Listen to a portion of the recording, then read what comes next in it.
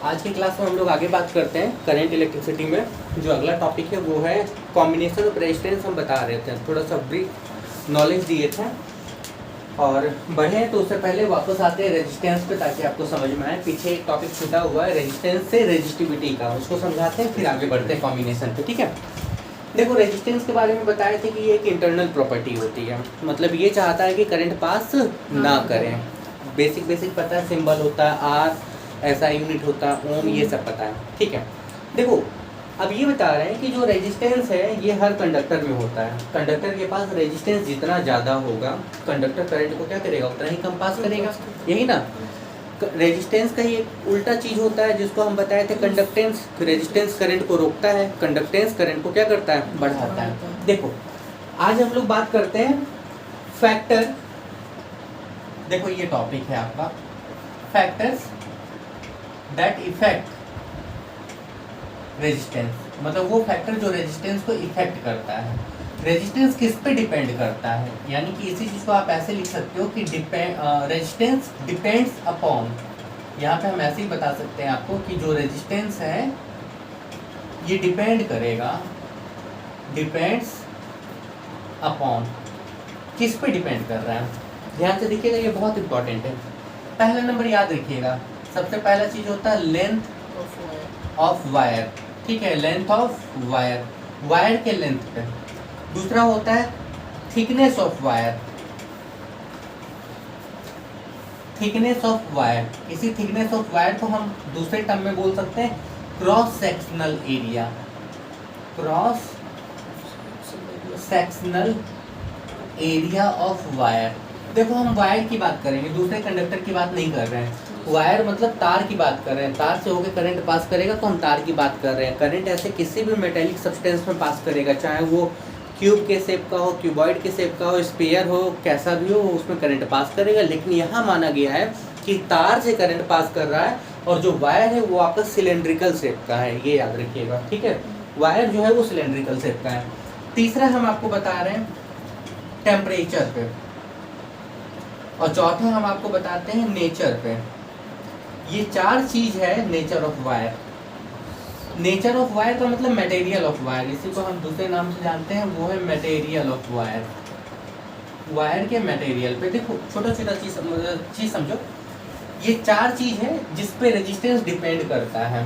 मतलब किसका रेजिस्टेंस कितना ज़्यादा होगा कितना कम होगा वो इस चार चीज़ पे डिपेंड करता है। ऐसे अगर लेंथ को L मानते हैं, ठीक है, थिकनेस को अगर हम A मानते हैं, A मतलब एरिया होता है, इसी थिकनेस की जगह पे आप रेडियस भी लिख सकते थे, रेडियस ऑफ वायर। वायर का जो रेडियस है, रेडियस की जगह पे डायमीटर भी लिख सकते थे। थिकनेस वही ना बताएगा, जितना ज़्यादा रेडियस उतना ज़्यादा मोटा पतला होगा। टेम्परेचर को अगर हम T मानते हैं और मटेरियल के लिए या नेचर के लिए हम लोग को शो नहीं करते हैं। देखो तो होगा क्या, होता ये है कि लेंथ पे कैसे डिपेंड करता है। पहला नंबर पॉइंट को अगर हम समझाएं तो याद रखिएगा, जो किसी तार का रेजिस्टेंस है, मान लो ये तार है, कैसे समझाएं, अच्छा अभी समझ लो, फिर इसके बारे में अभी डिटेल में फिर बात करेंगे। जो किसी तार का रेजिस्टेंस है, मान लो ये तार है, ये वाला तार है, तार ऐसा होगा, ठीक है, इस तार का लेंथ है मान लो L, सपोज L लेंथ है, तो जो रेजिस्टेंस है ना ये लेंथ के डायरेक्टली प्रोपोर्शनल होता है। इसका क्या मतलब है, इसका मतलब है अगर तार की लंबाई बढ़ जाए तो रेजिस्टेंस बढ़ जाएगा। छोटे तार का रेजिस्टेंस कम होगा, बड़े तार का रेजिस्टेंस क्या होगा, ज़्यादा होगा। मतलब ये है कि छोटे तार में करंट आसानी से पास करेगा लेकिन बड़े तार में करंट आसानी से पास नहीं, याद रखिएगा, डायरेक्टली प्रोपोर्शनल का यही मतलब होता है। पहला नंबर पॉइंट ये है, ठीक है। दूसरा नंबर हम आपको बताए थे थिकनेस पे, थिकनेस को आप A दिखा रहे थे, A मतलब एरिया से दिखा रहे थे, तो याद रखिएगा अगर ये वाला तार का देखो, ये वाला थिकनेस इसकी बात कर रहे हैं, ये वाला है A एरिया, तो हम बता रहे जो रेजिस्टेंस है ना वो इन्वर्सली प्रोपोर्शनल होता है एरिया के। ऐसे इन्वर्सली प्रोपोर्शनल का मतलब क्या है, अगर थिकनेस बढ़ेगी तो रेजिस्टेंस कम होगा। मतलब मोटा तार से, याद रखिएगा, मोटा तार का रेजिस्टेंस, मोटा मतलब थिकनेस बढ़ा तो रेजिस्टेंस कम, मोटा तार में रेजिस्टेंस कम होगा, यानी कि मोटे तार में करंट आसानी से पास करेगा एज कंपेयर टू पतला तार। तार की थिकनेस कम होगी, थिकनेस कम होगी, याद रखिएगा, थिकनेस घटेगी रेजिस्टेंस बढ़ेगा, थिकनेस बढ़ेगी तो रेजिस्टेंस क्या होगा, घटेगा। तीसरा नंबर देखिए, तीसरा नंबर टेम्परेचर पे। ऐसे तो रेजिस्टेंस जो है ना वो टेम्परेचर के डायरेक्टली प्रोपोर्शनल होता है। टेम्परेचर बढ़ने से रेजिस्टेंस क्या होता है, बढ़ जाता है। मतलब अगर कहीं टेम्परेचर ज़्यादा है तो वहाँ करंट आसानी से पास नहीं करेगी।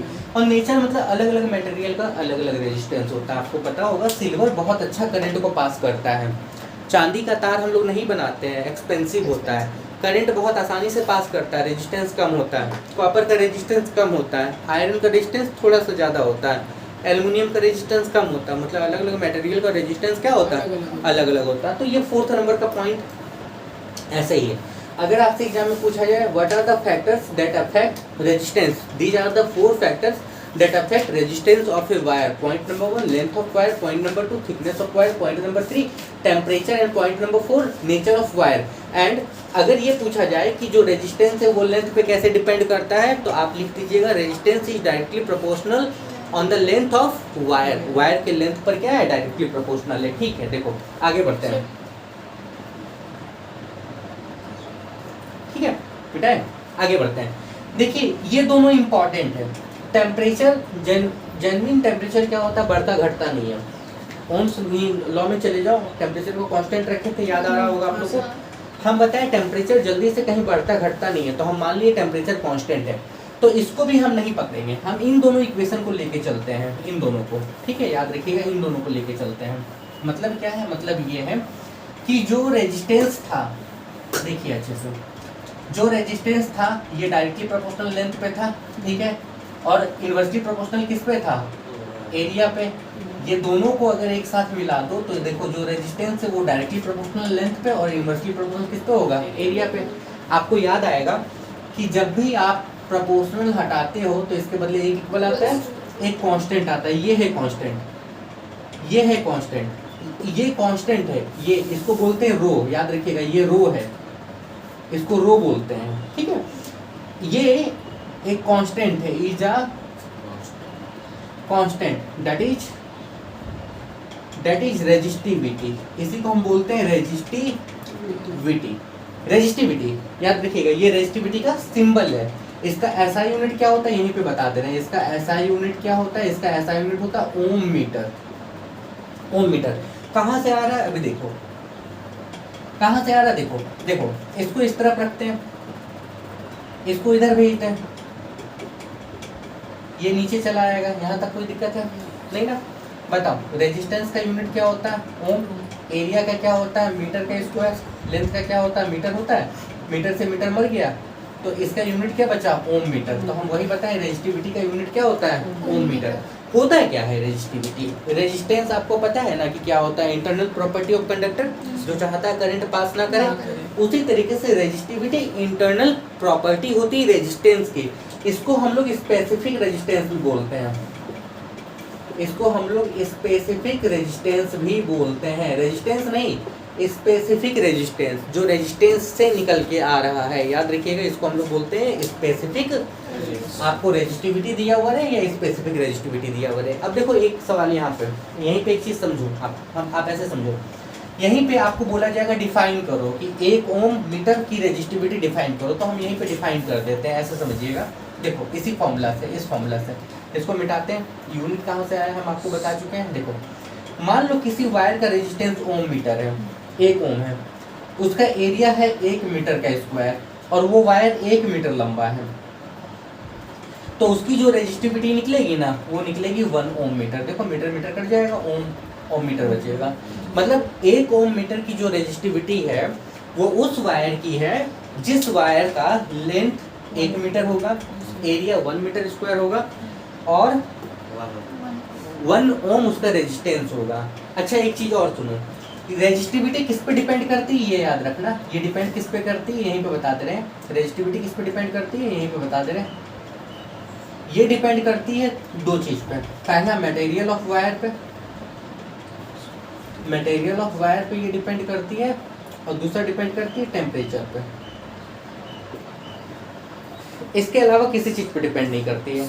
इसका लो हम अभी बता रहे हैं और एलोबरेट कर रहे हैं। दोनों चीज एक वायर में हो सकता है, दोनों चीज एक ही वायर में होता है। आपको समझाते हैं भी समझ में आएगा, डिफरेंस दोनों में अच्छे से समझ में आ जाएगा बेटा। आगे बढ़े, चलो देखो। अब देखो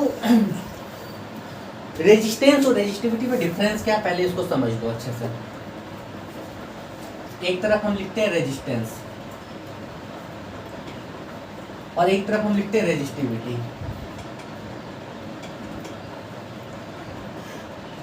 ठीक है, इसका सिंबल होता है R और इसका सिंबल होता है रो। समझने के लिए देखो, रेजिस्टेंस डिपेंड करता है, ये यहीं पे बता दे रहे, ये डिपेंड करता है लेंथ,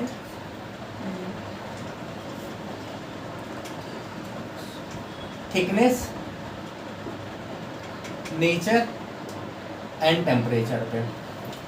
ये डिपेंड करता है केवल मटेरियल नेचर पे एंड टेम्परेचर पे।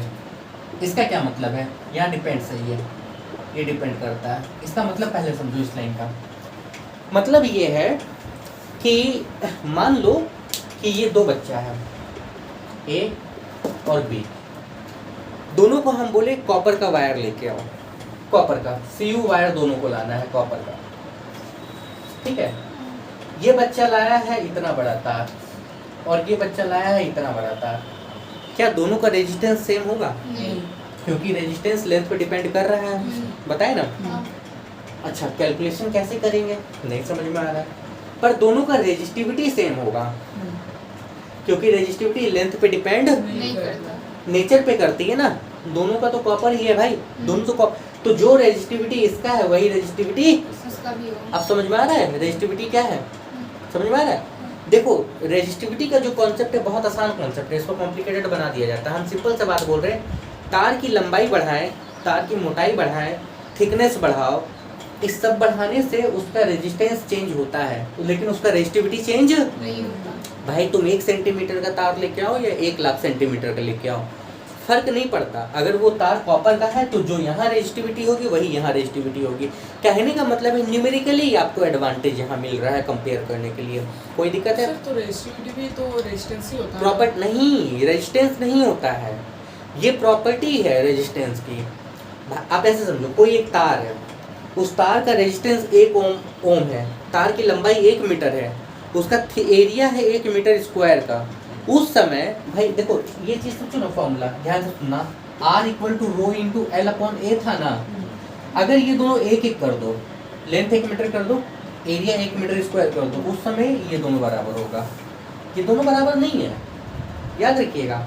ये दोनों देखो, कॉन्सेप्ट दोनों का एक ही है। रेजिस्टेंस मतलब भी यही बता रहा है कि करंट कितना पास होगा कितना नहीं, रेजिस्टिविटी भी यही बताती है आपको सिंपली कि करंट कितना पास होगा कितना पास नहीं होगा। दोनों में अंतर ये है कि रेजिस्टेंस पे डिपेंड करता है, लेंथ और थिकनेस पे ये डिपेंड नहीं करता है। कहानी समझे?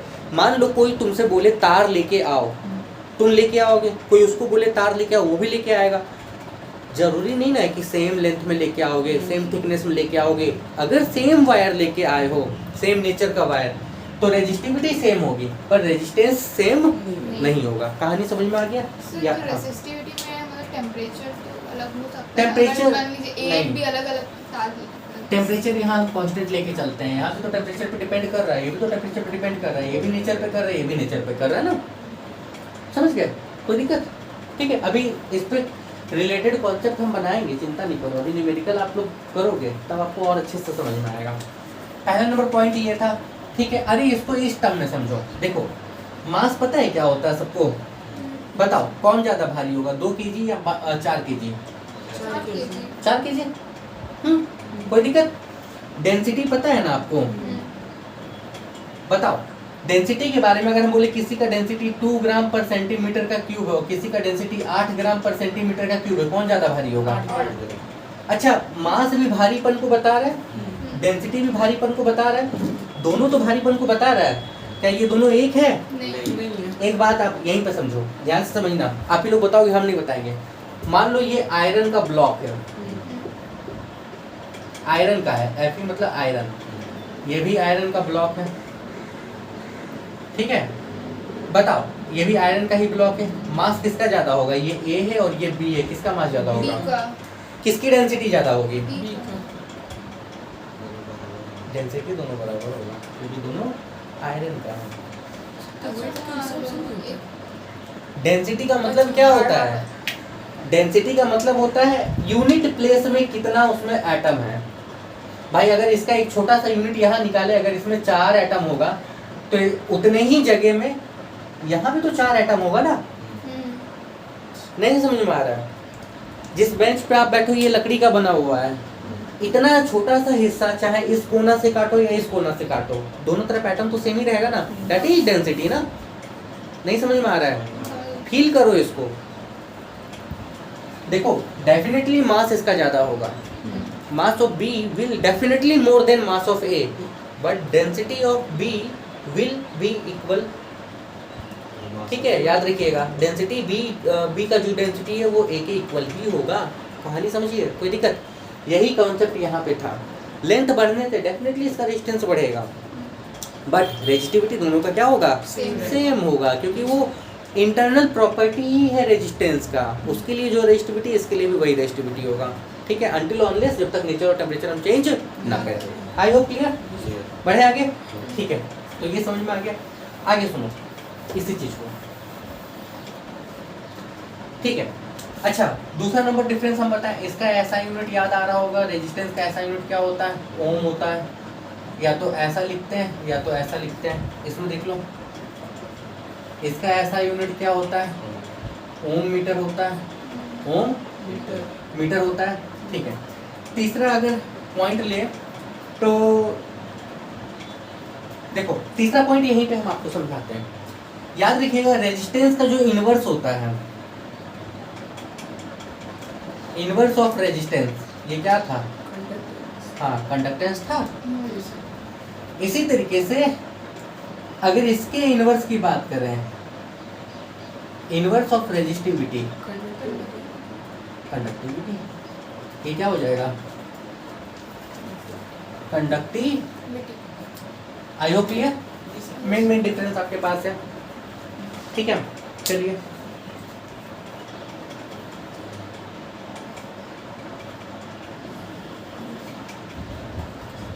बढ़िया क्या? चलिए देखिए,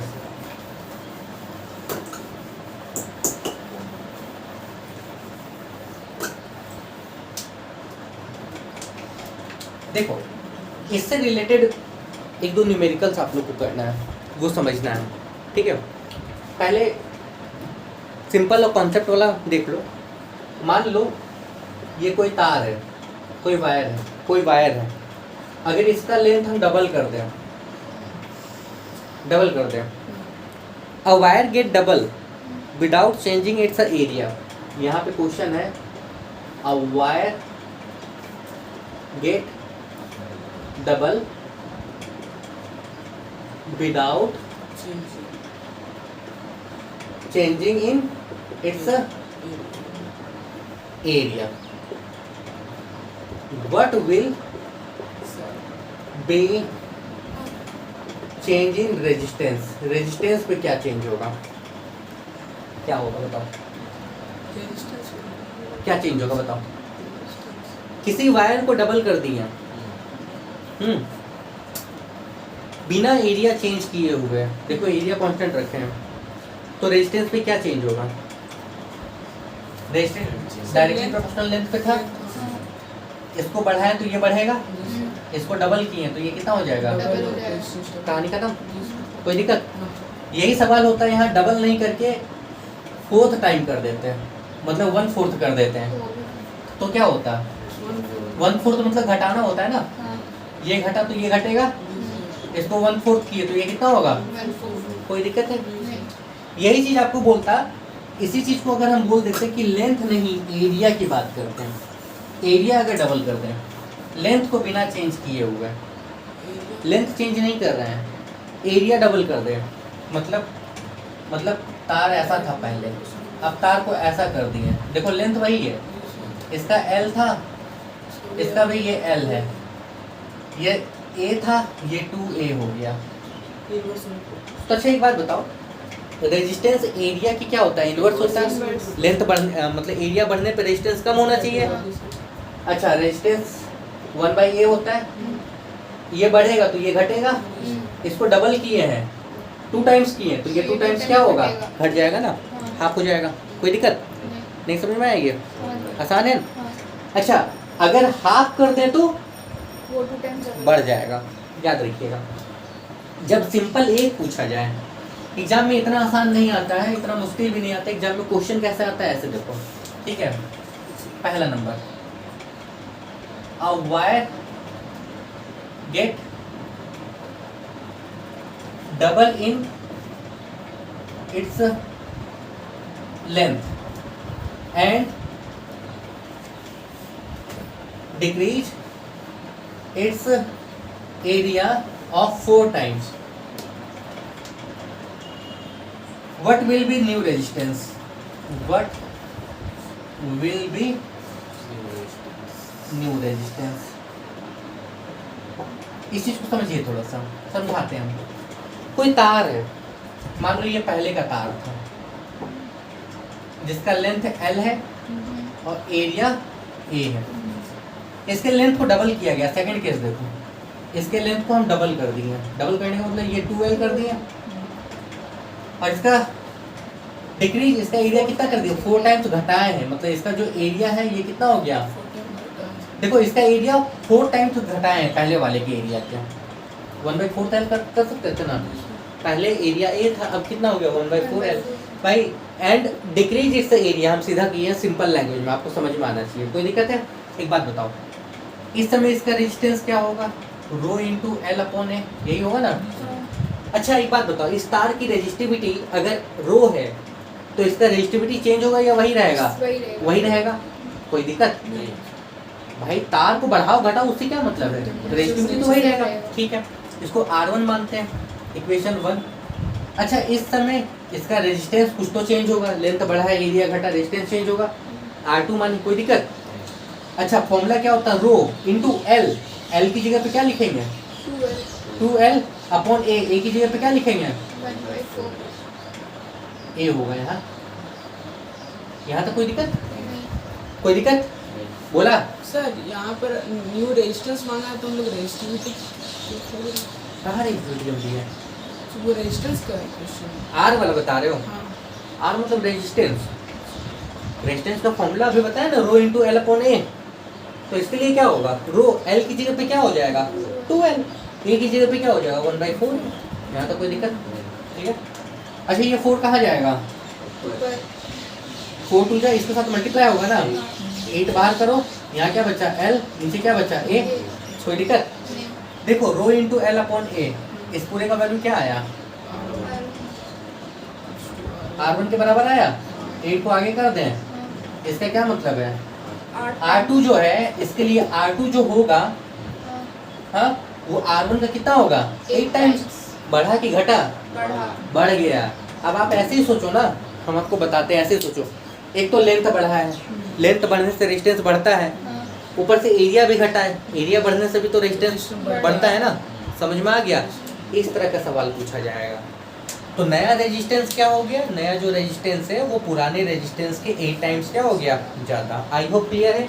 नहीं समझ में आएगा फिर से लेक्चर देख लेना, बार बार देख लेना। हम बता रहे हैं बहुत सिंपल है ना, तो कॉन्सेप्ट में है। और हम कोशिश करेंगे कि आजकल में आप लोग का जो केमिस्ट्री का है कॉन्सेप्ट, उसको भी हम बहुत सिंपल तरीके से क्या करें, हाँ एक एक चीज़ करके, मतलब छोटा छोटा नोट्स करके, बहुत बड़ा बड़ा नहीं, छोटा छोटा करके उसको भी हम क्या करें, डाल दें। ठीक है, एक अलग प्लेलिस्ट ही बना देंगे हम, तो वो देखोगे, कभी भी देखोगे सिंपल, मतलब उतना कर लो ना, नहीं पढ़ना है 20-20 घंटा, नहीं पढ़ना है सारा चैप्टर्स। सिंपल सिंपल पॉइंट उठाओ, सिंपल सिंपल काम करो और उसको निकाल लो और एग्जाम में दे दो और मार्क्स आ जाएगा। ये इंपॉर्टेंट था कॉन्सेप्ट, इसमें कोई दिक्कत है? आगे बढ़े? ठीक है, याद करो इस बार तो आपके सिलेबस में हर चीज़ ऐड है, याद करो। आपको हम कॉम्बिनेशन बता चुके हैं प्रीवियस क्लास में, ठीक है। आप लोग भी जो रिकॉर्डिंग देखेंगे वो प्रीवियस लेक्चर देख लेना, हम इसका भी प्लेलिस्ट बना देंगे। कॉम्बिनेशन बता दीजिए, 3 तरह का कॉम्बिनेशन था, सीरीज, पैरेलल और कंबाइन।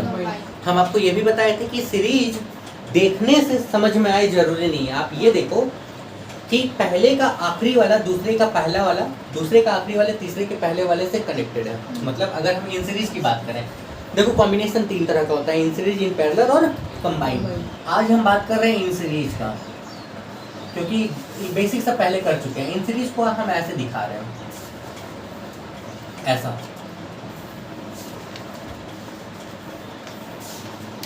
ऐसा ना, मान लो कोई टीचर अगर ऐसे नहीं दिखा के उसको यहाँ से मोड़ दे तभी इन सीरीज ही होगा।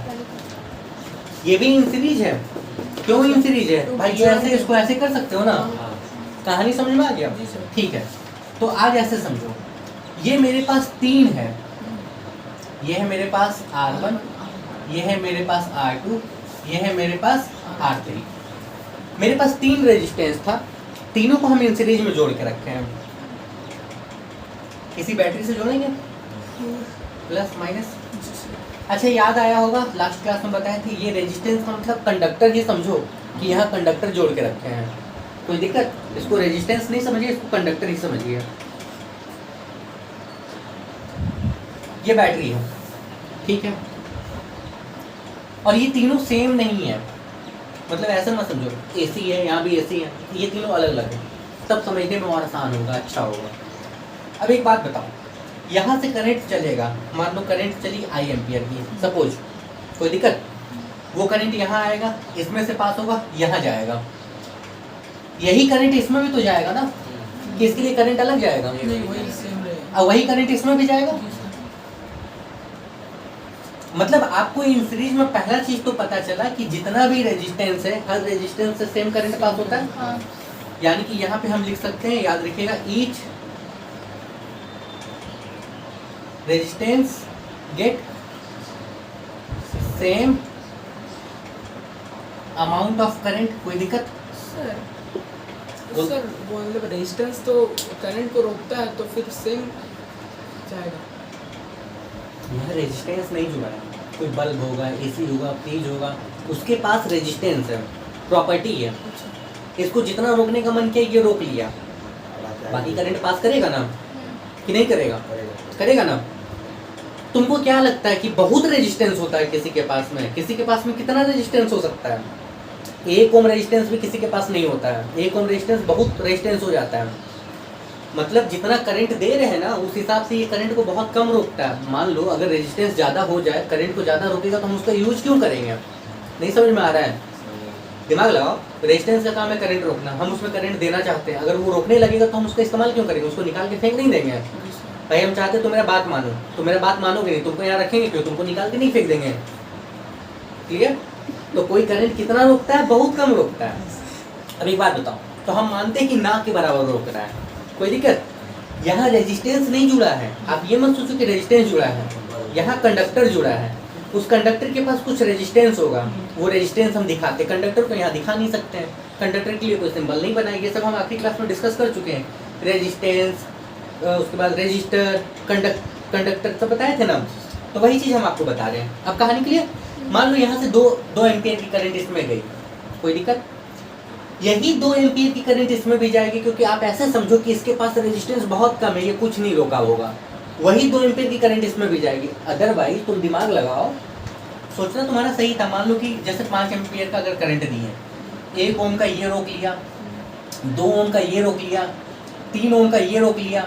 अब इस रोकने के हिसाब से करंट को देखेंगे तो भाई 5 एम्पियर यहाँ दिए थे और यहाँ आते आते 2 एम्पियर बचा, सब तो खा पी के खत्म हो गया ना। ऐसा नहीं होता है। मान लो कि अगर इसको 5 एम्पियर मिला है ना, तो लगभग इतना ही इसको मिलता है, इतना ही इसको मिलता है। ऐसा कुछ कहानी यहाँ चलेगा। मतलब बीच में कोई कुछ नहीं होता है। बीच में कोई तार वार में बहुत कम रेजिस्टेंस होता है। हम लोग न्यूमेरिकली लेके चलेंगे कि 5 ओम का रेजिस्टेंस है, 50 ओम का रेजिस्टेंस है, उतना रुकता नहीं है। 5 ओम भी जो रेजिस्टेंस होता है ना, बहुत कम होता है। मतलब आप ऐसे बताओ, आप ऐसे ऐसे ऐसे दिमाग में डालो, हम तुमको 2000 पैसा दे दिए, बहुत पैसा दे दिए, बहुत पैसा दे दिए, हाँ, और तुमको 1 लाख पैसा दे दिए, तुम तो लखपति बन गए। अब बताओ 2000 पैसा का मतलब कीमत देखोगे तो 20 रुपये तो दिए हैं। कहानी समझ में आ रहा है ना? अगर किसी के पास 20 ओम का रेजिस्टेंस है तो ये भी बहुत कम रेजिस्टेंस है। I hope clear? ऐसे समझो, कोई दिक्कत? ऐसे मिलता नहीं है। तो पहला चीज हम आपको क्या बताएं, याद रखने वाला चीज वो सुनो, अभी नहीं, हम बताएंगे तब ले लेना। हर किसी से सेम अमाउंट की करंट पास हो रही है, कोई दिक्कत? यहाँ तो कोई परेशानी नहीं है। एक मिनट, ठीक है, हाँ बोलो बोलो बोलो, हमसे पूछो। सर अगर वो रोक रहा है तो फिर सेम कैसे पास होगा? हम क्या बताएं कि ये जो रोका ये बहुत कम रोका। ना के बराबर। मान लो तुमको कोई 100 रुपया दिया और तुमसे वो 25 पैसा मांग लिया, क्या बोलोगे? तुम्हारे पास में तुम उसको बताओगे मेरे पास 99 रुपया 75 पैसा है, क्या बोलोगे? 100 रुपये ही है ना। ऐसे समझो, ऐसे फील करो। कहानी समझ में आ रहा है? एक कंडक्टर का रेजिस्टेंस बहुत ज़्यादा रेजिस्टेंस नहीं होता, रेजिस्टेंस बहुत छोटा छोटा होता है। सर्किट में देखना कभी मदरबोर्ड खोल के। किसी तार का रेजिस्टेंस भी बहुत कम रेजिस्टेंस होता है। आपको क्या लगता है, एक एग्जांपल बताते हैं। जैसे करंट कैसे रुकता है, ऐसे समझो। करंट का स्पीड देखो, अगर रुकता तो इतना स्पीड होता। मान लो बोर्ड में तार लगाए, वो तार यहाँ पकड़ के रखे, यहाँ स्विच देंगे, करंट धीरे धीरे आएगा हमको झटका मारने के लिए। कि स्विच दिया नहीं कि झटका लगा, लगा ना, रुका रुका कहीं ना कहीं, लेकिन बहुत थोड़ा रुका। आपको पता भी नहीं चला कि वो रुका कि नहीं रुका। यही तार तुम 100 मीटर ले लो, 100 मीटर ले लो, तुमको क्या लगता है यहाँ स्विच दिए और वो चलते चलते चलते चलते हमको 10 सेकंड के बाद करंट लगेगा, तुरंत लगेगा। यहाँ फ़ोन किया, हेलो हाँ मैथिन से करंट छोड़ दीजिएगा, और तुम यहाँ तार पकड़ के रखे हो, अच्छा मैथिन यहाँ से 30 किलोमीटर है, वो करंट आते आते भी 10 मिनट लगेगा। 10 मिनट लगेगा, मार के तुमको फाड़ देगा करंट। बुझ लिए? आप ऐसे समझो, ठीक है? हम क्या समझाना चाह रहे हैं, करंट रुका है रास्ता में कहीं, पर इतना कम रुका कि आप बोलो कि रुका नहीं रुका बात बराबर है। तो हम ऐसे बताएं कि मान लो, आप ऐसे समझो, रुका नहीं रुका तुम्हें कंफ्यूजन हो रहा है, आप ऐसे समझो इस रास्ते से पानी गया, इसी रास्ते से पानी इसमें भी तो जाएगा, इसमें भी तो जाएगा। जब रास्ता सेम हो इन सीरीज है, याद रखिएगा, कोई दिक्कत? इसमें और 10 20 15 50 जोड़ दें, अगर सेम रास्ता में है, सेम पाथ पे है, तो इन सीरीज है। I hope clear? करंट रुकने वाला आपको समझना होगा, तब आगे समझ में आएगा। अब एक बात बताओ हमको, ये तीनों अलग अलग हैं। सपोज ये एसी है, ये फ्रिज है, ये टीवी है, कुछ भी है, तो जो कैपेसिटी इसका होगा वर्क करने का, वही कैपेसिटी इसका होगा क्या? नहीं, अलग अलग होगा ना। इसलिए यहाँ से लेके यहाँ तक करंट को जाने में, ढकेलने में जो वर्क डन हुआ होगा, यानी कि पोटेंशियल, उतना पोटेंशियल तो यहाँ नहीं होगा, और उतना पोटेंशियल तो यहाँ नहीं होगा। मतलब अगर हम ओवरऑल बताएं तो देखो सबके ये पोटेंशियल डिफरेंस क्या है, अलग अलग है। कोई दिक्कत? क्लियर? मतलब यहाँ पे याद रखिएगा, PD across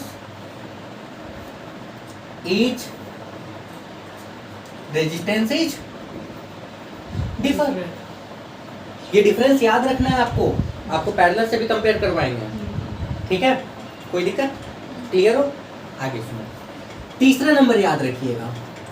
मान लो यहाँ पे अगर 2 ओम है, सपोज यहाँ पे अगर 4 ओम है और यहाँ पे अगर 5 ओम है, ठीक है? टोटल कितना है आप नहीं बोल पाओगे अभी के लिए मत बोल देना सर 4 2 6 5 11 सही है, लेकिन मत बोलना 4 2 6 5 11 ओम टोटल सही है, लेकिन अभी मत बोलो। तो हम ये बताएं कि अगर ओवरऑल रेजिस्टेंस देखें, ओवरऑल, हाँ, तो किसी भी एक रेजिस्टेंस से वो ज़्यादा होगा।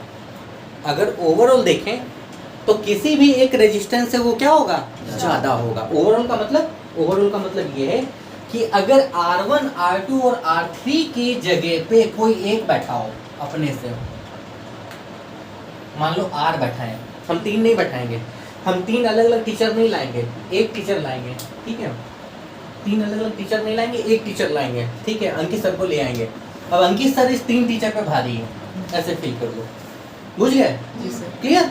हाँ, कि हम क्या बताएं, ये ओवरऑल है, ये अंकित सर है, ये 3 टीचर है, इस पे ये 3 रेजिस्टेंस है, तो reजिस्टेंस रेजिस्टेंस इस 3 रेजिस्टेंस से क्या है? ज़्यादा है।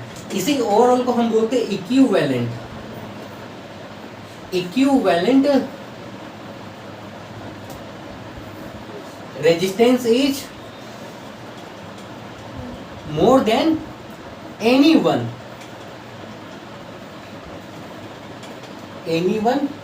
रेजिस्टेंस। यहाँ तक कोई दिक्कत?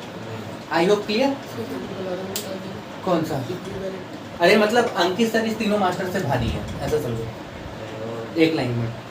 मतलब ये तीनों मिला के जितना करंट रोकेगा नहीं ना, हाँ, इक्विवेलेंट हम आपको आगे बताएंगे, अभी हुआ नहीं। इक्विवेलेंट रेजिस्टेंस होता क्या है? इन सीरीज में हमेशा इक्विवेलेंट रेजिस्टेंस ज़्यादा होता है, ठीक है, इसलिए हम लोग इस तरह का कॉम्बिनेशन नहीं करते हैं जनरली, क्योंकि ये क्या होता है, ये ज़्यादा होता है। ठीक, आगे बढ़े, कोई दिक्कत समझ में आ रहा है ना? ठीक है, ये 3 पॉइंट क्लियर, अब ले सकते हो। फिर पैरेलल का बताते हैं।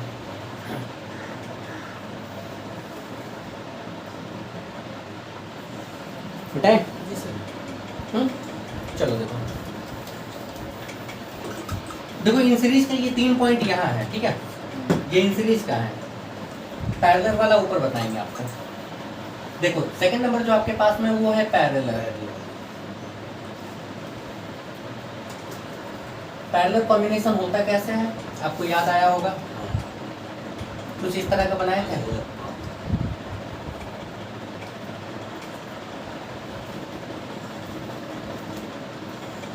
देखो बोलोगे तो घर जाके दोबारा देखना। हाँ,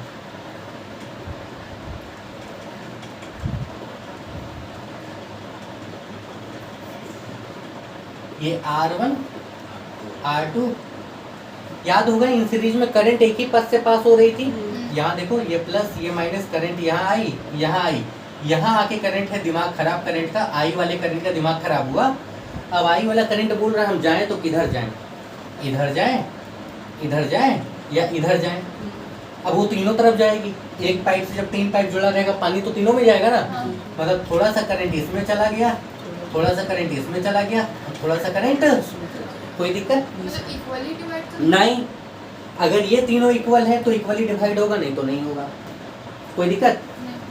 आप ऐसे बोलोगे कि सर अगर ये तीनों इक्वल हैं तब तो इक्वली डिवाइड होगा, नहीं तो नहीं। इसको ऐसे समझ लो, अभी समझाते हैं। अच्छा यही I1 यहाँ फिर आएगा, ये यहाँ आएगा, ये यहाँ आएगा, फिर से ये I1 I2 I3 मिलके क्या बना देगा, I1 आएगा। ऐसे आप समझो। देखो ये सब मोटा तार उतना ही मोटा यहाँ, उतना ही मोटा यहाँ, उतना ही मोटा, सेम मटेरियल का तार है हर जगह। आप ऐसे समझो, मान लो ये है थम्स अप का बोतल, बढ़िया जिंजिली वाला बोतल है, इसमें अरे फील कर लो, कोई दिक्कत नहीं है, ठीक है, अरे फील कर लो, अरे फील करने में क्या जाता है, ठीक है, ये नाक में घुस रहा है इसका, ऐसे, ठीक है, मुंह में जा रहा है पाइप, हाँ ये इस तरीके से। मान लो एगो इधर पी रहा है, एगो इधर, चलो इस तरीके से पी रहा है सब कुछ, अरे फील कर लो, एलियन पी रहा है, एक दूसरे की नजरों में छुपा ले, देर न कर। देखो लड़का को नहीं समझना होगा, लड़कों को लड़की को, फीलिंग्स तो जाओ। हाँ इसके नाक में घुस रहा है, सॉरी मुंह में घुसा, ठीक है। अब एक बात बताओ, दोनों का देखो सेम स्ट्रॉ, सेम मोटा है, सेम पतला है। एक बात बताओ, ये तेज तेज पिएगा तो ये वाला ज़्यादा लेगा ना, वो कम लेगा ना। करंट कौन ज़्यादा लेगा कौन कम लेगा, किस पे डिपेंड कर रहा है, कौन कितना ज़्यादा यूज कर रहा है। कहानी समझिए, यूज कर रहा है कौन कितना ज़्यादा, इसी पर तो डिपेंड करेगा ना। ये वाला मान लो ज़्यादा यूज कर रहा तो करंट इसकी तरफ ज़्यादा जाएगी ना। इसलिए हम बताएं तार पे मत देखिएगा कि सर तार से मैं ये है वो कुछ नहीं है, वो कितना यूज कर रहा है उस पर डिपेंड करता है। आई होप क्लियर है। अगर तीनों सेम मटेरियल है, सेम क्लास का बच्चा है, सेम एनर्जी है, जुड़वा है, तो एक जैसे पानी पिएगा, वो एक बार तो वो भी एक बार समझ गए, बुझ गए, कोई दिक्कत नहीं, ये सब समझ में आना चाहिए। ठीक है, आगे सुनो, चलिए देखिए, बहुत नज़र में नज़र मिला लिए, आगे सुनो, इधर सुनो। ये करंट वापस यहाँ लौटेगी, वापस यहाँ आएगी, वापस यहाँ आएगी, वापस यहाँ आएगी। अब एक बात बताओ, अंतर देखो, इसमें था each resistance get same amount of current, इसमें देखो यहाँ के लिए अलग करंट है, यहाँ के लिए अलग करंट, और यहाँ के लिए मतलब पॉइंट नंबर 1 यहाँ पे क्या हो जाएगा, each resistance get different amount of current. इसमें सेम है और इसमें क्या हो जाएगा, डिफरेंट। कोई दिक्कत, इसी में बता दे रहे हैं हम, याद रखिएगा। वो तो मान लीजिए अगर तीनों सेम हो गया तो वो तो हाँ, आपका सेम हो जाएगा। पॉइंट आपका ये हो जाएगा। हाँ सेम हो जाएगा। तो अगर अगर ये जैसे कि एक पॉइंट लिख दे, each resistance get different amount of current until the, मतलब तीनों लिख सकते हो, पर जेन्युइन हम यही लेके चलते हैं कि जो रेजिस्टेंस यहाँ पे लिए वो अलग ही लेके चल रहे हैं ना, R1 R2 और R3 तो लेके चले ना। सेम होता तो हम 1 2 3 क्यों मानते हैं, एक ही ना मानते हैं। आई होप क्लियर, तुम लिख सकते हो, उसमें कोई दिक्कत नहीं है, ठीक है। अच्छा second number, PD across each resistance, वहाँ अलग अलग था। यहाँ देखो तो यहाँ से लेके यहाँ तक का डिस्टेंस, इसके लिए भी उतना, उसके लिए भी उतना, इसके लिए भी उतना, तो भाई सबके लिए वर्क डन क्या होगा? सेम रहेगा। तो यहाँ पे डिफरेंट की जगह पे क्या हो जाएगा? सेम। सेम हो जाएगा। हाँ। और इसमें जो इक्विवेलेंट रेजिस्टेंस है वो ज़्यादा नहीं होगा, वो कम हो जाएगा, बहुत कम हो जाएगा। यहाँ इक्विवेलेंट रेजिस्टेंस इतना कम हो जाएगा, किसी भी एक से कम हो जाएगा। इन पैरेलल कॉम्बिनेशन में जब दो या दो से ज़्यादा कंडक्टर तुम जोड़ोगे तो इक्विवेलेंट रेजिस्टेंस ऑलवेज क्या होगा? कम होगा। ये 3 पॉइंट था, याद रखिएगा। ये 3 पॉइंट हम यहाँ लिख दिए हैं। I hope clear? कोई दिक्कत है? ठीक है, ये सेम नहीं लिखना है, सेम की जगह डिफरेंट आएगा। ठीक है, यहाँ डिफरेंट नहीं होगा, यहाँ सेम होगा। बाकी ये वाला तो हम करेक्ट कर दिए हैं, 3 पॉइंट हम आपको बना दिए हैं। I hope clear? ठीक है, समझ में आ गया ना? कोई दिक्कत? घर पे हमारे जो कॉम्बिनेशन है, जैसे बल्ब जोड़ते हैं, टीवी जोड़ते हैं, फ्रिज जोड़ते हैं, एसी जोड़ते हैं, सब पैरेलल में चलता है, सीरीज में नहीं चलता है। याद रखना, सब किस में चलता है? पैरेलल में। सीरीज में क्यों नहीं चलता है? जो रेजिस्टेंस वो बढ़ जाएगा, जब रेजिस्टेंस बढ़ जाएगा तो करंट आसानी से पास, और सॉरी सीरीज में क्यों नहीं जोड़ते? रेजिस्टेंस बढ़ जाता है। पैरेलल में क्यों जोड़ते हैं? रेजिस्टेंस क्या होता है? घट जाता है, तो करंट आसानी से क्या होता है? पास होता है। I hope clear? इतना कहानी समझ में आया? इस चीज़ को आप लोग फिर से देख के आना, कल 2 क्लास में और ये खत्म हो जाएगा, फिर तो न्यूमेरिकल रहेगा। तो मतलब ऐसा समझो ना कि कल की क्लास में आपका दोनों मतलब कल की क्लास में फिजिक्स बताएं तो ये दोनों खत्म हो जाएगा, एक सीरीज और पैरेलल का डेरिवेशन। उसके बाद में परसों की क्लास में खत्म एक क्लास, और मतलब अगली 3 क्लास में आपको फिजिक्स का ये पोर्शन खत्म हो जाएगा, इसमें कुछ बचेगा नहीं। फिर एक छोटा सा कॉन्सेप्ट और रहेगा, बैटरी का ईएमएफ का टर्मिनल मतलब पोटेंशियल का पोटेंशियल डिफरेंस का उसका कॉन्सेप्ट रहेगा, तो हम बता देंगे, उसके लिए टेंशन नहीं है। ओवरऑल देख लीजिएगा, यहाँ तक कोई दिक्कत नहीं है। क्लियर? ठीक।